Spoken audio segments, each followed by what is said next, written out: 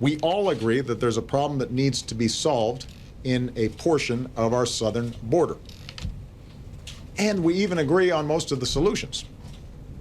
But instead of working together, instead of focusing on the 80% where there is agreement between Democrats and Republicans, between the administration and Congress, House Republicans, as we speak, are trying to pass the most extreme and unworkable versions of a bill that they already know is going nowhere, that can't pass the Senate, and that if it were to pass the Senate, I would veto. They know it.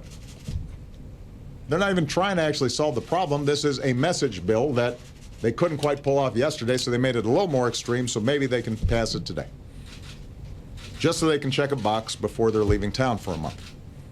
And this is on an issue that they all insisted had to be a top priority. Now, our efforts administratively so far have helped to slow the tide of child migrants trying to come to our country. But without additional resources and help from Congress, we're just not going to have the resources we need to fully solve the problem. That means while they're out on vacation, I'm going to have to make some tough choices to meet the challenge, with or without Congress. And yesterday, even though they've been sitting on a bipartisan immigration bill for over a year, House Republicans suggested that since they don't expect to actually pass a bill that I can sign, that I actually should go ahead and act on my own to solve the problem. Keep in mind that just a few days earlier, they voted to sue me for acting on my own.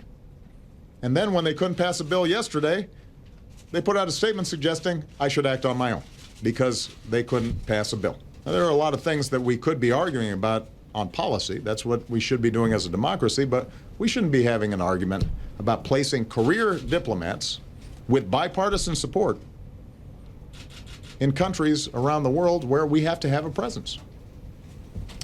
So the bottom line is this: we have come a long way over the last 5.5 years. Our challenges are nowhere near as daunting as they were when I first came into office.